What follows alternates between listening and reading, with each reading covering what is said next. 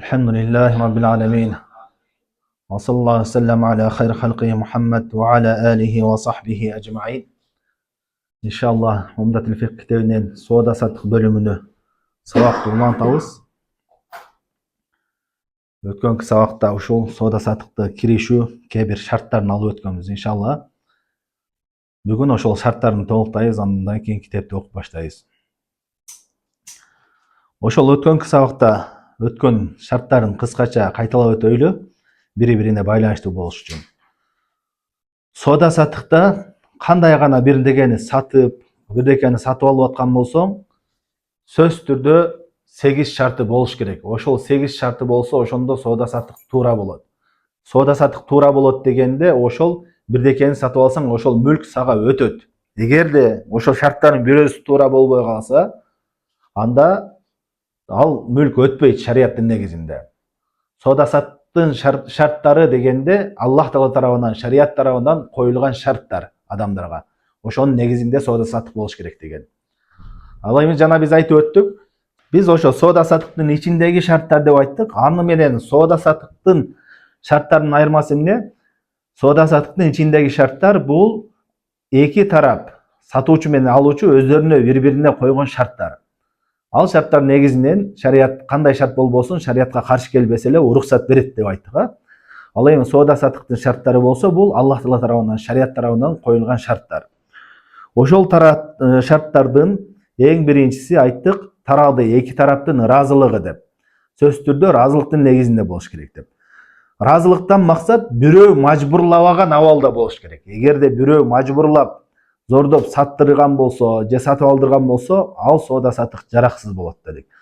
Ал эми уялып, саткысы келбей, бир тууганыга саткысы келбей жатса да уялганынан сатып берген болсо, же болбосо акчага зарыгып атып, өзү ошо буюмга муктаж, саткысы келбейт, зарыгып атып сатып берген болсо, алардын бардыгы жарактуу болот. Ал ыраазылык болуп эсептелинет деп айтканбыз. Экинчиси болсо рушд дедик. Рушд ошол сатуучу жана алуучу акыл эси ордунда болуусу. Руштка кимдер кирбей калат? Акыл ээлери дейт. Ошол сода сатыкты кандай болуп атканын түшүнүп биле турган адам. Мисалы үчүн жаш бала болсо, кичинекей бала болсо, анын сода сатыгы жараксыз. Же болбосо акыл эси ордунда эмес, жинди адам болсо, анын сода сатыгы жараксыз. Жана ошондой эле акыл эси ордунда эле, бирок сода сатыкты билбеген, жанагындай акча жумшоону жакшы билбеген адамдар болот го. Башаламан эле жумшай берген. Ал дагы акыл эси ордунда болсо дагы эмне? Андайлардын дагы сода сатыгы тыюу салынат, жараксыз болот шариятта. Жана ошондой эле мас кишилердин сода сатыгы жараксыз болот дедик, акылын билбеген.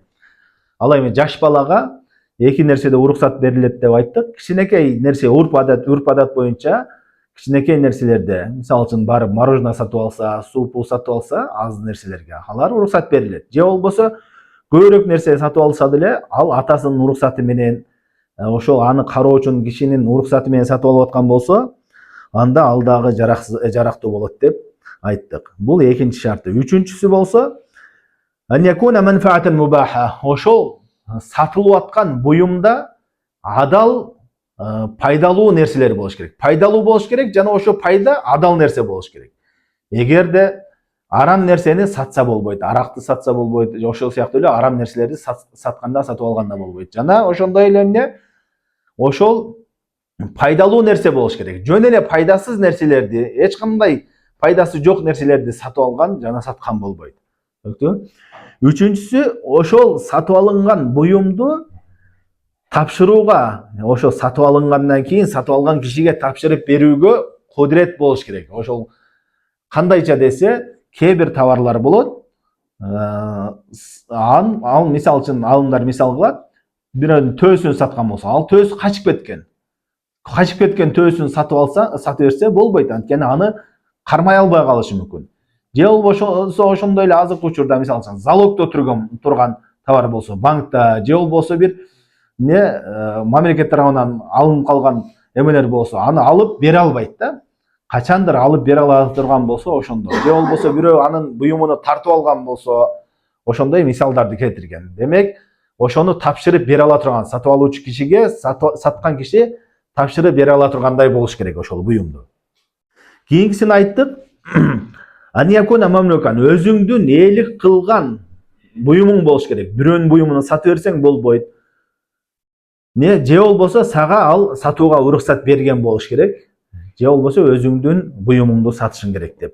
Булар жөнүндө, шарттар жөнүндө кийинки мурунку сабакта токтолгонбуз. Эми андан кийин алтынчысы болсо не жанагы канча баага токтолуш керек. Бир баа токтолуш керек. Бир баага токтолуш керек. Белгисиз баага саткан болбойт. Мисалы үчүн бирөө бир товарын саткан болсо, канча десе, өзүң таанышың, досуң болсо, ала бер, сүйлөшүп алабыз десең болбойт. Не? Ал баасы так чечилиш керек. Белгисиз баа болбойт. Демек, ошол сатылган товардын баасы ал акча менен болобу, башка нерсе менен болобу, так белгилүү болуш керек. Ушул жерге чейин 6 шартыны өткөнбүз кененирээк. Эми 7 шартына киребиз. 7 шарты эмне? Бул Мa'rifatul musman деп коет. Ошол сатып алынган буюм белгилүү нерсе болуш керек. Ачык айкын белгилүү болуш керек. Бул шарт экендигинде алымдардын арасында талайсыз бир пикирге келген ижма маселе. Пайгамбар саллаллаху алейхи вассалам эмне? Белгисиз нерсени сатуудан кайтарган. Демек, кайсы нерсени сатып атасың, кайсы буюмду сатып атасың, ошол так ачык болуш керек. Эми ошо бирдекенин сатылган нерсенин белгилүү болуусу ал эки жол менен билинет. Биринчиси ал-мушаһада дейт, көрүп. Мисалы үчүн машина сатып атасыңбы, же телефон сатып атасыңбы, же бир буюм сатып атасыңбы, ошону барып көрүп, бүт бар жоон сыпаттарын көрүү менен ал белгилүү болот. Демек, биринчиси эмне? Көрүү менен. Аны ачык айкын көргөн болсоң, кандай экенин билген болсоң, анда эмне белгилүү болот. Эгерде мисалы үчүн бирөө айтса, мен бир машинам бар, сага саттым мынчага десе, аны көрбөй эле сатып алса, болбойт ал. Анткени барып көргөндөн кийин талаш чыгат анда. Демек, ошол же болбосо паланчы жерде үйүм бар, сага саттым десе, анда ал дагы болбойт. Демек, ачык айкын көрүп, кандай экен сыпаттарын билмейинче сатып алган болбойт. Эми ошол белгилүү болуунун экинчи жолу бар, бул бил-васф деп коет. Ошону сыпаттоо менен, так сыпаттоо менен сүрөттөрүнү, видеолорун көрсөтөбүз, сыпаттарын айтат, жылын айтат, кандай эме маркада бүт баарын айтып сыпаттап, абалын баяндап, ачык айкын талаш жаратпай турган деңгээлде сыпаттай турган болсо, ошондо дагы эмне сатып алса болот. Мисалы үчүн айта турган болсо, менде бир үйүм бар, квартира мисалы үчүн. Паланчы этажда, паланчы жерде, ушунча квадрат метр бүт баарын сыпаттап айта турган болсо, талаш жаратпай турган деңгээлде. Же машина бар, ушунчанчы жылкы ушундай маркада деп так сыпаттай турган болсо, анда ал талаш жаратпай турган болсо, ал дагы сатса болот. Бул жөнүндө Мусаннаф Абдураззакта келет. Абдурахман ибн Ауф Осман радиаллаху анхудан көрбөй эле бир атты сатып алат. Ал эмне? Ошол сыпат менен сатып алган. Аты кандай сыпатта экендигини сатып алат. Жана ошондой эле Байхакиде келет, жана Дар Кутниде келет. Абдуллах ибн Умар деген сахаба Осман радиаллаху анхудан Хайбардагы бир жерини сатып алат. Аны да көрбөй сатып алат. Ал эмне? Ошо жерини сыпаттап берүү менен сатып алат. Кандай экен, канча метр бүт баарын сыпаттап берүү менен. Жетинчи шарты, ошол сатылып аткан товар ачык айкын белгилүү болуш керек. Ал эмне? Көрүү менен же болбосо ошону сыпаттоо менен болот. Түшүнүктүбү?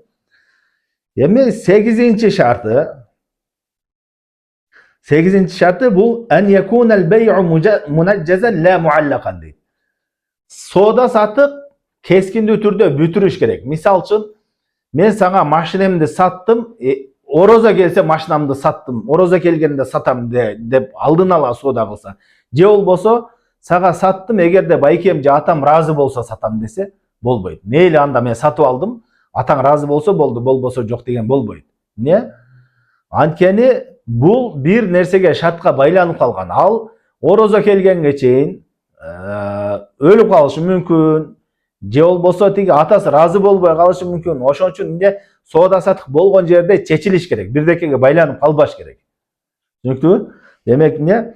Соода сатык кескиндүү түрдө чечилиш керек. Аны бирдекеге, келечекке же болбосо бирөөнүн разылыгына байлап койсо болбойт. Анткени соода сатыкта жахаладан кайтарган. Жахала дегендин мааниси шариятта белгисиз соодадан кайтарган. Ал белгисиз нерсе ошол ыраазы болуусу же бир ошол күнгө жетүүсү бунун баардыгы белгисиз нерсе болгон үчүн шарият ошондой нерседен кайтарган. Эгерде ушул 8 шарты, жогоруда эскерилген 8 шарты толук боло турган болсо, ошол соода сатык шариаттын көз карашында жарактуу болот. Сахих болот. Сахих деген жарактуу. Жарактуу дегенден максат эмне? Ошол мүлк сатуучудан алуучуга өтөт. Түшүнүктүбү? Эми иншалла ушул жерден баштап биз азыр ирети менен 8 шартын айтып өттүк. Бул китепти окуйбуз, автордун сөзүн окуйбуз. Автор бул жерде шарттарынын катарынан айтып кетпейт. Ошол шарттарына мисалдарды эскерип кете берет.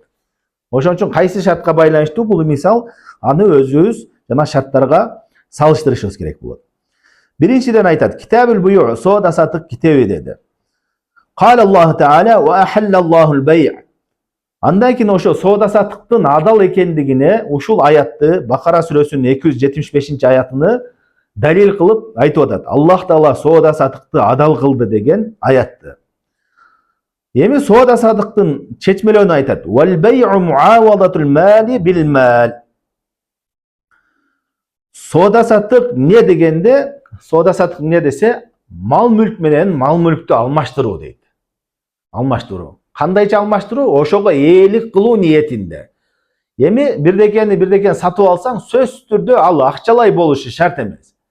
Мисалы үчүн бир буюмга бир буюмду алмаштырып сатып алышың мүмкүн да. Буюм менен сатып алышың мүмкүн. Товар менен сатып алышың мүмкүн. Ар кандай нерсе менен сатып алышың мүмкүн. Демек, малдан бул жерде аль-мал деп атат, ошол мал мүлк дегенден максат сөзсүз түрдө эмне?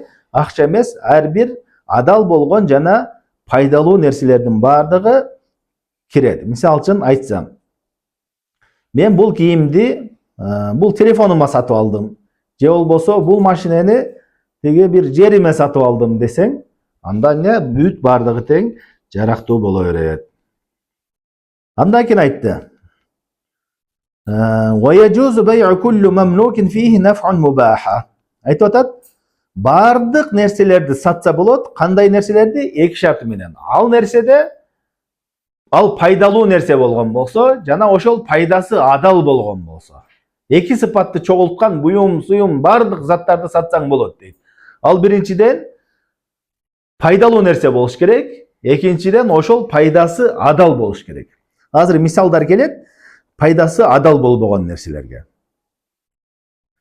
Бул шарт айттык, бул жанагы шартка байланыштуу, ошол сатылып аткан буюмду эмне?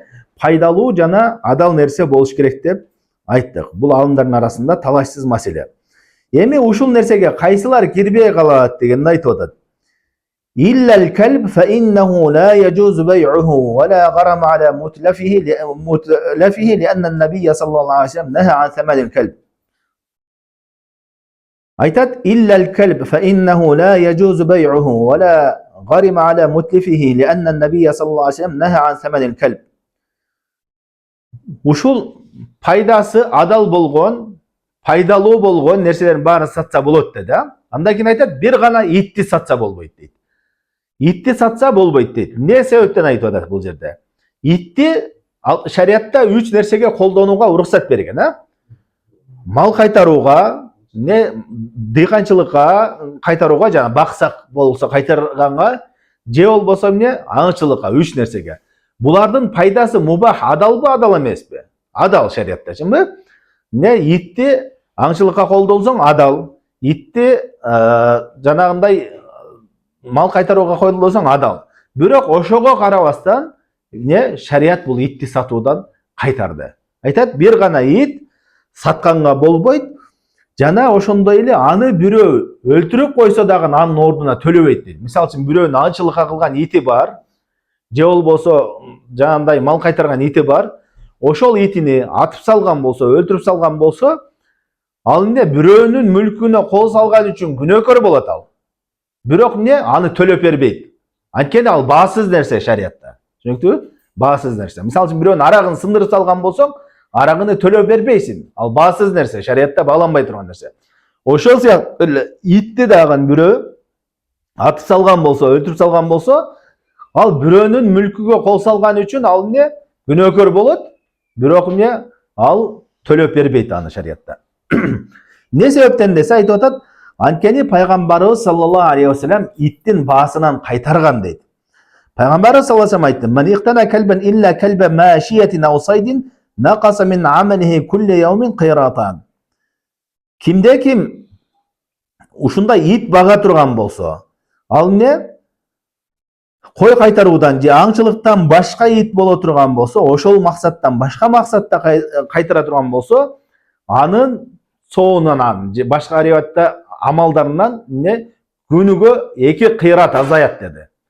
Кыйрат деген алымдар жана жаназа жөнүндө келген хадисте сахабалар сурашат. Омал кыйрат дегенде мисли не Ухуд тоосундай сооптор деген да. Кимде ким итти аңчылыктан башка жана ошондой эле кой кайтаруу, мал кайтаруудан башка, жандай дыйкан чарба кароочулуктан башка нерсеге кайтара турган болсо, бага турган болсо, үйүндө бага турган болсо, анын соонунан күнүнө ошондой тоодой сооптору азайып турат дейт. Демек бул жерде пайгамбарыбыз саллаллаху алейхи вассалам ал-калб деп айтып атат. Пайгамбарыбыз иттердин баарынан кайтарды сатуудан. Кандайдыр бир белгилүү иттерди айткан жок. Аңчылыктагы итти боло берет деп айткан жок. Сатса болот деген жок. Же башка эмен айткан жок. Бардык иттердин бардык түрүнөн кайтарды ошол сатууга жана сатып алууга. Эми ушул жерде кээ биркилер эме кылышат. Итти кароолчулукка, ошол бак, дыйкан чарба жерлерди кароолчулукка кылган. Ошого башка нерселерди да кыяс салышат. Менде жандай скаладым бар, ошол жерге кароолчулукка коем дейт. Үйүм бар чоң, ага кароолчулук кылам дейт. Ошого кыяс кылса болобу болбойбу дегенде негизи кыяс кылынбайт. Шариятта тыюу салынган нерселерге ошол бирдекеге тыюу салган болсо, тыюу салып туруп ошонун ичинде кандайдыр бир түрүнө уруксат берген болсо, ошону менен гана чектелинет. Анткени ал негизи тыюу салынган бардыгы. Ошо арамдын ичинен, тыюу салгандын ичинен 2-3 түрүнө уруксат берип атат. А сен өзүңчө кыяс кылып баарын кеңейтип алсаң болбойт аны. Ошол сыяктуу эле, мисалы үчүн музыка аспаптары бардыгы арам, чынбы? Музыка аспаптары шариятта арам. Бирок дуфту жагандай барабан сыяктуу мындай ал тери барабан эмес, жана өзбектердин чилдирман бар. Ошо шылдыраганы жок, бирок териден урган думулдан. Ошону дуфт деп коет арабча. Ошого айт күнү жана ошондой эле үйлөнүү тойлордо ошону уруп, жандай тойдун белгисин чыгарууну уруксат берген да. Эми ошого кыяс кылып, ошого салыштырып, комузга, гитарага, аккордеон да бирдекелерге уруксат берсең болбойт. Анткени сен арам нерседен бир эле нерсеге уруксат берип атат, бир эле чектелүү нерсеге. Аны кеңейткен болбойт. Түшүндүңбү? Ошол сыяктуу эле итти дагы ушул 3 нерсе менен чектелинет, башка нерсеге кеңейткен болбойт. Андан кийин айтат: "Вала яджузу бай'у ма лейса бимамлукин либаи'ихи илля биизни маликихи ау вилаятан алейхи."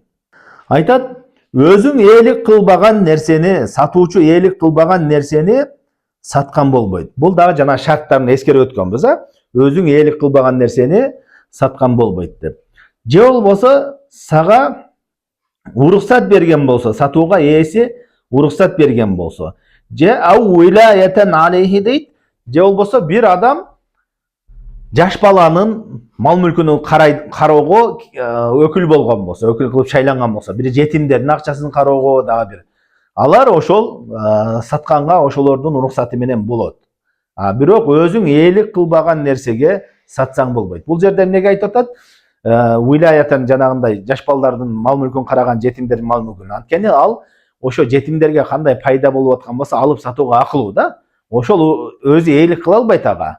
Ошондой болсо дагы ага сатканга, алганга уруксат берет жана ошондой эле бирөөгө дагы уруксат берсе болот ал.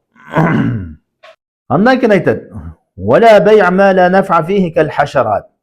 Жана ошондой эле жанагындай курт кумуска, чебетке сыяктуу нерселерди, пайдасыз нерселерди дагы саткан болбойт дейт. Бул алымдардын арасында талашсыз болгон маселе, пайдасыз нерселерди саткан болбойт экендигинде.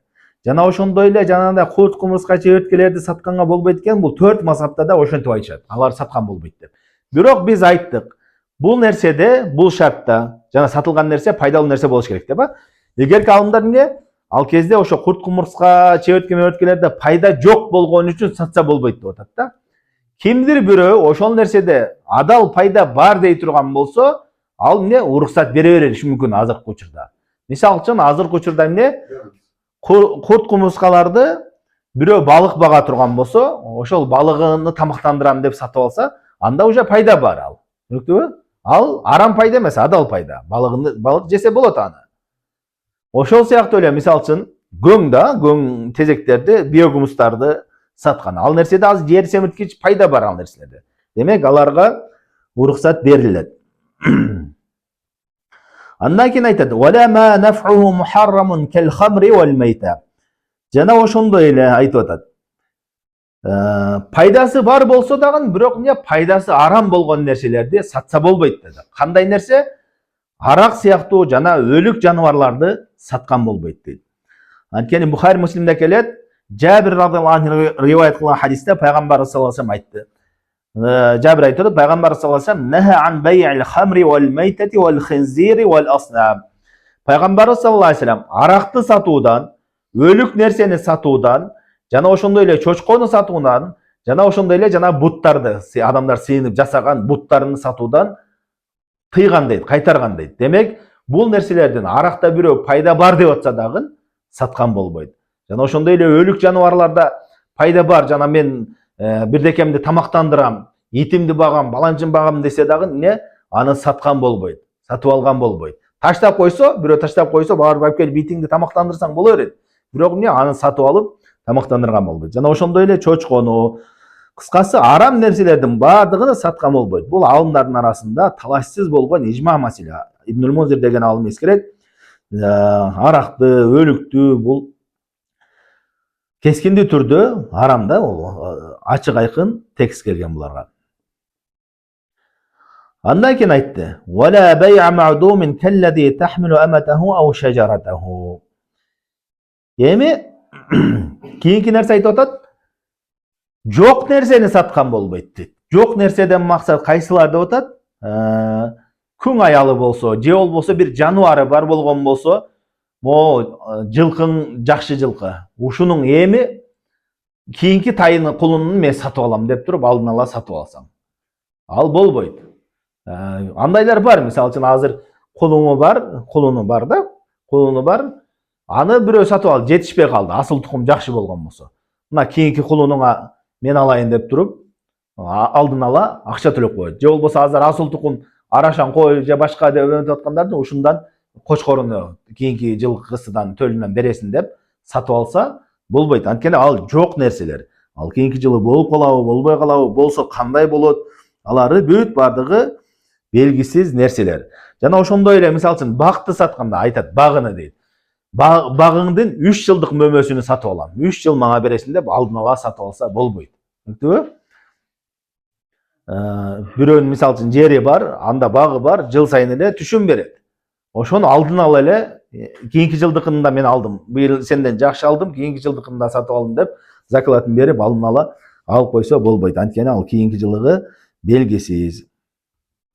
Пайгамбар саллаллаху алейхи вассалам ушундай белгисиз нерселерди сатуудан кайтарган. Жана ошондой эле Сахих Муслимде келет, пайгамбар саллаллаху алейхи вассалам 2 жыл жана бир нече жылга алдын сатуудан кайтарган. Бул ачык айкын текст келген. Мисалы үчүн эмелерди, дарактарды, курмаларды кийинки жыл, андан кийинки жыл бүт баарын мага сатасың деп алдын ала сатып алган болбойт. Андан кийин айтат: "Kalladhi tahmiluhu amatahu aw shajaratah." Мисалын айтты. Бул күңүң же болбосо атың, жылкың, дарагың, эмки жылкылары деп ошолордун балдарыны же болбосо ушул мөмөсүнө кийинки жылкыларды деп айтса деп айтып атат. Кийинки маселе айтып атат: "Ау majhulun kal hamli wal ghaib alladhi lam yusaf wa lam tataqaddam ru'yatuhu."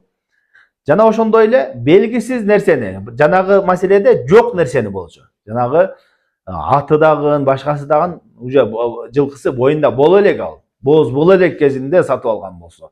Ошол сыяктуу эле белгисиз нерсени дейт, кандай дейт? Кал хамл.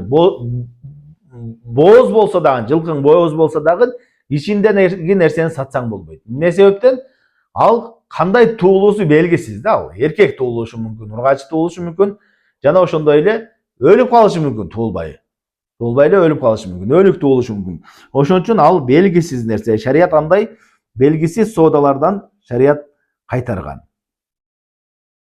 Жана ошондой эле жаныңда жок болсо товарың жок болсо, менде бир машинам бар, ала бер десең, аны сатып алуучу көргөн жок, жана аны эмне так бир сыпаттап да берген жок.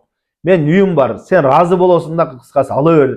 Сен разы болосуң, мен айтып атам го деп, ушундай соодалар көп болот да. Мен сага телефон саттым, бир телефонум бар. Кандай телефон, кандай сыпатта көрөйүн десе, көрбөй эле кой, разы болосуң, мен сага жаман нерсе каалай элем деген. Ушул сыяктуу сөздөр менен сатып беретчимби? Машинесин сатат ушундай нерсе. Мен сага жаманын айтмак белем, жаман болсо сага айтпа. Туура аны сен үчүн жакшы болушу мүмкүн, бирок эмне? Ал алуучу үчүн аны жакшы деп билбейт да, аны алуучу. Ага разы болбошу мүмкүн да, алуучу. Ошон үчүн эмне сөзсүз түрдө ал көрүү керек. Жана ошондой эле аны көрбөй турган болсо так сыпатташ керек. Шариятта бир нерсени жакшы түшүнүп алыш керек. Мисалы үчүн эки киши азыр мен айтышым мүмкүн. Эй досум, сен разы болосуң, мен сени билем го деп. Экөөң жакын жүрөсүң, билесиң, ал разы болот. Ал каалап аткандан да жакшыраак экендигин билип турасың да. Ошондой сен экөөңдүн араңдагы мамилени карабайт шарият. Не жалпы адамдардын арасын карайт. Экөөбүздүн ичибизде разылык болуп калса деле, бирок бул соодага тыюу салган себеби эмне? Көпчүлүк адамдарда ал нерсе болбойт. Түшүнүктүүбү? Демек жеке адамдардын абалы каралбайт, жалпы адамдардын абалы каралып өкүм берилет. Бул жанагы шартка байланыштуу. Эмне? Соода сатыкта айттык, баасы дагы белгилүү болуш керек, жана сатып алынып аткан буюм дагы ачык айкын белгилүү болуш керек дедик, шарттарынан. Ошол шартка каршы келген үчүн бул соода сатык жараксыз. Жана ошондой эле айтат. Муну өтүп турубуз. Эгерде товарың жаныңда жок болгон болсо, аны көргөн эмес болгон болсо, же сыпаттап берген эмес болгон болсо, аны дагы сатса болбойт деди. Андан кийин айтат: "Вала ма'жузун ан таслимихи кал-абиq ва-шарид ва-тайр фил хава ва-самаки фил ма." Ошондой эле аны товарды, сатылган буюмду бул шарттарынан өткөнбүз. Шарттарынан эмне? Сатылган товар тапшырып алган кишиге тапшырып берүүгө кудурет болуш керек деди. Бул жерде эгерде кудурети жок болсо сатса болбойт дейт. Кайсы сыяктуу? Бирөөнүн кулу бар, бирок ал качып кеткен. Мен качып кеткен кулумду саттым десе, же болбосо төөсү бар, же аты бар, качып кеткен да, аны өзү кармай албай таппай жүрөт. Ошону сага саттым десе, же болбосо эмне? Асманда учуп жүргөн эле бир кушту саттым десе, же болбосо бир сууда мен балык көргөнмүн, ошону сага саттым десе, бул болбойт. Анткени эмне? Сен аны кармап, ошол балыкты кармап туруп тапшырып бере албайсың ага. Ал нерселерди кармап тапшырып бере албайсың. Ошон үчүн бул белгисиз болгон үчүн, аны ээсине тапшырып бере албаган үчүн шарият тыюу салынат. Эми балыкты, азыркы күндөгү балыктарды, пурттар бар го, балык баккандар бар, кичинекей бассейндерге салып коет балыктарды. Бул ага кирбейт, алар сатса болот, анткени аны кармай аласың да. Кичинекей жерде тор менен эле сразу кармап беришет аларчы. Бул эмне? Чоң жанагындай жапайы көлдөрдө турган, сен балык көрдүң, бир чоң балык көрүп калдың, ошону сага саттым, мен биринчи көрдүм эле сага саттым десең, анда болбойт ал. Анткени аны кармай албайсың. Бул жерде бул азыркы мисалдагы нерселердин баардыгы эмне? Ага ээлик кылбаган үчүн тыюу салынып аткан жок. Бул жерде ошону тапшырып, ээлик кылсаң дагы, сенин мүлкүңдө болсо дагы, бирок сатып алганга тапшырып бере албаганың үчүн. Жанагындай мисалы үчүн жылкың болсо, качып кеткен, ал сеники ал жылкы. Качан кармасаң, бирок эмне? Сен аны сатып берсең, аны кармап бере албайсың да. Ошол себептен. Ошондой эле мисалы үчүн чоң көлүң болсо дагы балык саткан. Чоң көлүң болсо, ал жерде эмне? Балыктарың бар. Тети балыкты саттым десең, аны кармай албашың мүмкүн да. Жанагындай кичинекей бассейнчилерде кармагандар, алар кармап бере алат. Демек, бул жерде тыюу салынган себеби ошону тапшырып бере албаган. Эгерде кимде ким кармап бере алам, тапшырып бере алам десе, анда сатууга уруксат берилет. Түшүнүктүүбү? Мисалы үчүн дагы залогдо болуп калат, же болбосо мамлекет тарабынан конфискация кылып туруп алып койгон болсо, ал пока белгисиз да, качан алынат. качан чыгарат аны, залогтон качан чыгарат, ошону чыгара албай жүргөн болсо, аларга эмне саткан болбойт. Качандыр так чечилмейинче. Ошондой эле айтылат: "Вала бай'ул магсуби илля ли гасибиhi ау ман яqdiru ala akhzihi minhu." Ошондой эле бирөөнүн мүлкүнү бирөө тартып алган болсо, күч менен тартып алган болсо, ошо бирөө сенден мүлкүңдү тартып алган болсо, ошону башка бирөөгө сатып берсең болбойт. Бир бандиттер же мамлекет тараптарынан же бир күчтүүрөөк бирөө сенден бир жериңди, машинаңды, бирдекеңди тартып алып койгон да. Ошону башка бирөөгө мен машинам бар деп сатып берип туруп, айтпайлы анан тигинде ошондон алып ал десең болбойт ал. Айтат, бир гана ким үчүн сатса болот? Ошол кишиден алып алууга кудурети жете турган адамга. Бир адам сенден тартып алган, айтсаң сен тиги менин машинамды тартып алды десең, ал айтса, ошол машинаңды мага сат, мен андан өзүм алып алам, мен күчүм жетет десе, ошол кишиге сатсаң болот. Же болбосо, ошол тартып алган кишинин өзүнө сатсаң болот. Мисалы үчүн, бирөө машинаңды тартып алды дагы бербей жүрөт да. Мага сатасың деди, болсо бербейм деди, болбосо бербейм десе. Анда ошого сатсаң болот. Ал эми тиги тартып алган киши ал күнөөкөр болот. Ал эми соодасы туура боло берет, бирок ошо тартып алган үчүн ал күнөөкөр болот. Түшүнүктүбү? Андан кийин айтып атат: "Вала бай'a гайра муайянин кa'abdin min 'abidihi aw shatan min qati'ihi illa fima tatasawa ajza'uhu ka'qafizin min subratin." Ошол сыяктуу эле бир топ нерселери бар болгон болсо, бир топ кулдары бар, бир топ койлору бар, уйлары бар, ошондой нерселери болсо, ошолордун бирөөсүнү белгисиз бирөөсүн сатса болбойт. Мен кулдардын бирөөсүн саттым деди. Кайсы кулуну айткан жок, кайсы кулу. Же болбосо 100 кою бар, ошо койлордун бирөөсүн сага саттым десе болбойт ал. Качандыр ошо койду белгилемейинче, так кайсы кой, ошонун сыпаттарын бүт белгилеп көрмөйүнчө белгисиз болот. Бул нерселерди эмне саткан болбойт. Бир гана дейт, кайсы нерселерде, же болбосо бир машинелери бар, 3-4 машинеси бар. Бир машинемди сага саттым. Кайсынысын десем, берем де бир жакшыраагын берем, макул боло бербейсиңби деп ушинтет. Ал болбойт. Демек, сатылып аткан нерсе белгилүү болуш керек дедик, Сатылып аткан буюм ачык айкын так белгилүү болуш керек, көргөн же сыпатталган болуш керек. Ошол себептен мындай болбойт деп атат соода. Бир гана кайсы нерседе уруксат берилет?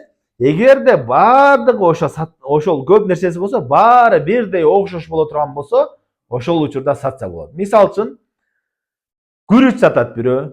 Күрүчтөрү 1 килограммдан пакетке окшош упакованы баары бирдей да. Сага 1 килограмм күрүч саттым десе, кайсынысыны алсаң дагы айырмасы жок. Баары бирдей. Же болбосо дагы башка бир буюмдары болсо, мисалы үчүн, могу телефондордун бирөөсүн саттым десе, анын бардыгы бирдей сыпатта болсо, анда боло берет. Демек, ошол көп нерсеси бар болгон болсо, анын баары сыпаты окшош болгон болсо, анда ал соода жарактуу болот. Эгерде сыпатында бир эмесинде, баасында айырмасы боло турган болсо, анда ал жараксыз болот. Андан кийин бул жерде бир маселе дагы бай'ул фудули деген бар. Фудули деген, мисалы үчүн, бирөөнүн мүлкүнү уруксатсыз деле саткан. Мисалы үчүн, мен досумдун же бир тууганымдын бирөөнүн бир буюму бар. Товар, машина сатам деп жүргөнүн билет элем да. Анан ал мага сат деп айткан жок бирок. Сат деп айткан жок, сатып бер деп айткан жок да. Сатам деп жүргөн. Өзүм эле клиент табып туруп барып, ушуга пайдалуу жакшы клиент чыгып калды деп сатып берген болсом, ошо саада сатык жарактуу, жараксызбы дегенде алымдардын арасында талаштуу маселе бар. Бул жөнүндө Пайгамбарыбыз саллаллаху алейхи вассаламда хадис келет. Пайгамбарыбыз саллаллаху алейхи вассалам бир кишини ага кой алып 1 динар берет, кой алып кой алып келип берүүсүнө буйруйт, өкүл кылып шайлайт да. Ал барат дагы 1 динарга кой алып туруп, аны жолдо 2 динарга сатып берет дагы, кайра 1 динарга 1 кой алып туруп, 1 динарын дагы 1 коюну да алып келет да, Пайгамбар саллаллаху алейхи вассалам. Пайгамбарыбыз Аллах таала береке берсин деп кабыл кылат. Алымдар айтышат, турара кой дейт, ошондой адам, мисалы үчүн, бирөөгө пайда көрүп аткан болсо, ушуга сатып берсе жакшыраак болот деп сатып берген болсо, ал ээсинин уруксатына байланыштуу болуп калат. Машинесин сатып берген болсоң, айтпай эле сатып берген болсоң, сага саттым клиентке десе, барып айтасың. Ал макул болгон болсо, анда соода сатык туура болот. Эгерде ал тиги ээси макул болбой калган болсо, болду, ал соода сатык бузулат ошол соода саттык, жараксыз болот. Түшүнүктүбү? Анткени ушул хадисте келет, пайгамбар саллаллаху алейхи вассалам ага уруксат берди. Анткени пайгамбарыбыз ага бир эле кой сатып алып келүүгө өкүл кылып шайлаган. Ал сатып алды, андан кийин аны сатып берди кайра. Анан кайра башка сатып алды. 2-3 соода саттык кылып кетти да. Анан пайгамбарыбыз саллаллаху алейхи вассалам ага уруксат берди.